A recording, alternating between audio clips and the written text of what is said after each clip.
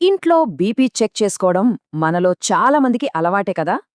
కానీ మనం చూస్తున్న ఆ నెంబర్లు మన ఆరోగ్యం గురించి నిజంగా సరైన కథ చెబుతున్నాయా? చాలాసార్లు ఆ సమాధానం కాదు అనే వస్తుంది. అందుకే ఈరోజు ఇంట్లోనే ఖచ్చితమైన రీడింగ్స్ ఎలా తీసుకోవాలో చెప్పే ఒక సింపుల్ సైంటిఫిక్ పద్ధతి, అదే 5 నిమిషాల ప్రోటోకాల్ గురించి వివరంగా తెలుసుకుందాం. ఈ మాట వినడానికి కాస్త స్ట్రాంగ్గా ఉన్నా ఇది అక్షరాలా నిజం. టీవీ ఆన్లో ఉంటే మీ రక్తపోటు రీడింగ్ శాస్త్రీయంగా పనికిరానిది. ఎందుకంటే మనకు ఏమాత్రం సంబంధం లేని చిన్న చిన్న విషయాలు కూడా మన రీడింగ్స్ను పూర్తిగా మార్చేయగలవు.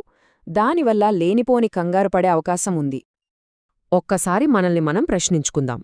మనం రోజూ తీసుకునే రీడింగ్స్ ఎంతవరకు కరెక్ట్? మనం ఇంత శ్రద్ధగా నోట్ చేసుకుంటున్న ఈ నంబర్లు మనకు నిజంగా సహాయం చేస్తున్నాయా, లేక తప్పుడు సమాచారంతో మనల్ని టెన్షన్ పెడుతున్నాయా? ఈ విశ్లేషణ పూర్తయ్యేసరికి ఈ ప్రశ్నకు ఒక స్పష్టమైన సమాధానం దొరుకుతుంది. సరే, అయితే కరెక్ట్ రీడింగ్కి మొదటి మెట్టు సరైన వాతావరణాన్ని ఏర్పాటు చేసుకోవడం. వినడానికి చాలా సింపుల్గా ఉంది గదా, కానీ ఎక్కువ మంది పొరపాటు చేసేది ఇక్కడే. అదేంటో ఇప్పుడు చూద్దాం. అసలు ఈ ప్రశాంతమైన వాతావరణం అంటే ఏంటి? సింపుల్గా చెప్పాలంటే ఎలాంటి డిస్ట్రాక్షన్స్ ఉండకూడదు.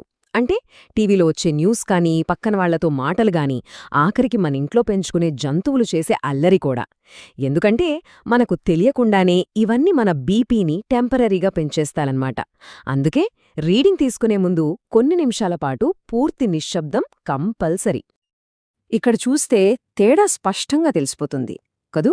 ఒకవైపు అంతా కామ్ అండ్ క్వైట్, ఇంకోవైపేమో టీవీలు, ఫోన్లు, గందరగోళం. నమ్మండి, ఈ చిన్న తేడా వల్ల రీడింగ్లో 10-15 పాయింట్లు తేడా వచ్చేయొచ్చు. అందుకే సరైన వాతావరణం అనేది ఆప్షన్ కాదు, తప్పనిసరి. ఓకే, వాతావరణం సెట్ చేసేశాం. ఇప్పుడు మనం అసలు విషయానికి, ఈ మొత్తం ప్రాసెస్లోనే చాలా ముఖ్యమైన భాగానికొచ్చాం. చాలామందికి తెలిసి కూడా స్కిప్ చేసేది ఇదే. అదేంటో చూద్దాం.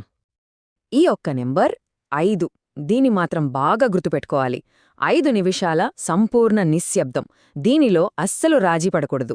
ఆలోచించండి, మనం కాస్త నడిచినా, మెట్లెక్కినా, లేదా కాస్త టెన్షన్ పడినా మన బాడీ యాక్టివ్గా ఉంటుంది. ఆ టైంలో రీడింగ్ తీసుకుంటే అది కరెక్ట్ కాదు. ఈ 5 నిమిషాల గ్యాప్ మన బాడీని కూల్ డౌన్ చేసి రెస్టింగ్ స్టేజ్కి తీసుకొస్తుంది.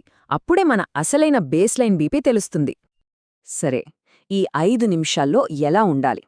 స్టెప్ 1, ఒక కుర్చీలో స్థిరంగా కదలకుండా కూర్చోవాలి. స్టెప్ 2, పాదాలు నేలమీద ఫ్లాట్గా ఆనించి వీపుకు మంచి సపోర్ట్ ఉండేలా చూసుకోవాలి. స్టెప్ 3, మొత్తం 5 నిమిషాలు సైలెంట్గా వెయిట్ చేయాలి. ఆ తర్వాతే అప్పుడు మాత్రమే స్టెప్ 4, స్టార్ట్ బటన్ నొక్కాలి. ఈ ఆర్డర్ చాలా చాలా ముఖ్యం. అంతా బానే ఉంది. ప్రశాంతంగా కూర్చున్నాం, 5 నిమిషాలు ఆగాం. ఇప్పుడొచ్చే రీడింగ్ పర్ఫెక్ట్ అనుకుంటాం. కానీ అక్కడే అసలు కథ మొదలవుతుంది. మనం చూసే మొదటి నంబర్ అది అసలు నంబర్ కానే కాదు. మరి ఏంటి అసలు నంబర్? దాన్ని ఎలా కనుక్కోవాలి? ఇక్కడ చాలా ఇంట్రెస్టింగ్ పాయింట్ ఉంది. ఈ చార్ట్ చూడండి. మొదటి రీడింగ్ ఎప్పుడూ కొంచెం హైగానే ఉంటుంది. ఇదెందుకంటే మెషిన్ స్టార్ట్ చేసేటప్పుడు మనకు తెలియకుండానే మనలో ఒక చిన్న యాంగ్జైటీ ఉంటుంది, రీడింగ్ ఎంతొస్తుందో అని. దానివల్లే ఫస్ట్ రీడింగ్ కొంచెం ఎక్కువగా చూపిస్తుంది. అందుకే రెండో రీడింగ్ అప్పుడు కాస్త తక్కువగా, ఇంకా చెప్పాలంటే మరింత కరెక్ట్గా ఉంటుంది. ఈ లైన్ గుర్తుపెట్టుకుంటే చాలు. మొదటి రీడింగ్ జస్ట్ ప్రాక్టీస్, రెండోదే అసలు నిజం. ఈ సింపుల్ రూల్ మన రీడింగ్స్ ఖచ్చితత్వాన్ని ఎంతగానో పెంచుతుంది. మరి ఈ రెండో చెక్ చేయడం ఎలా? చాలా సింపుల్. స్టెప్ 1, మామూలుగా మొదటి రీడింగ్ తీసుకోండి. స్టెప్ 2, 1 నిమిషం అంటే 60 సెకండ్లు ఆగండి. స్టెప్ 3, మళ్ళీ స్టార్ట్ బటన్ నొక్కి రెండో రీడింగ్ తీసుకోండి. That's it. ఈ రెండో రీడింగే మనం నోట్ చేసుకోవాల్సింది, డాక్టర్కి చూపించాల్సింది. ఇప్పటిదాకా మనం చాలా విషయాలు మాట్లాడుకున్నాం కదా. ఒకవేళ ఇవన్నీ గుర్తుపెట్టుకోవడం కష్టమనిపిస్తే ఫర్వాలేదు. జస్ట్ ఈ 3 సింపుల్ రూల్స్ ఫాలో అయితే చాలు. రూల్ నంబర్ 1, ప్రశాంతంగా ఉండండి. ఎలాంటి డిస్టర్బెన్స్ లేని సైలెంట్ ప్లేస్ క్రియేట్ చేసుకోవడం ఫస్ట్ ప్రయారిటీ. రూల్ నంబర్ 2, 5 నిమిషాల కౌంట్డౌన్. రీడింగ్కి ముందు ఆ 5 నిమిషాల సైలెంట్ వెయిటింగ్ పీరియడ్ అస్సలు మర్చిపోవద్దు. ఇక ఫైనల్గా రూల్ నంబర్ 3, మళ్లీ చెక్ చేయండి.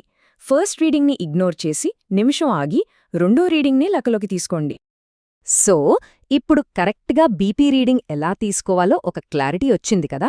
మరి నెక్స్ట్ టైం రీడింగ్ తీసుకున్నప్పుడు ఆ వచ్చే నంబర్ ఆరోగ్యం గురించి ఏం చెప్పబోతోంది?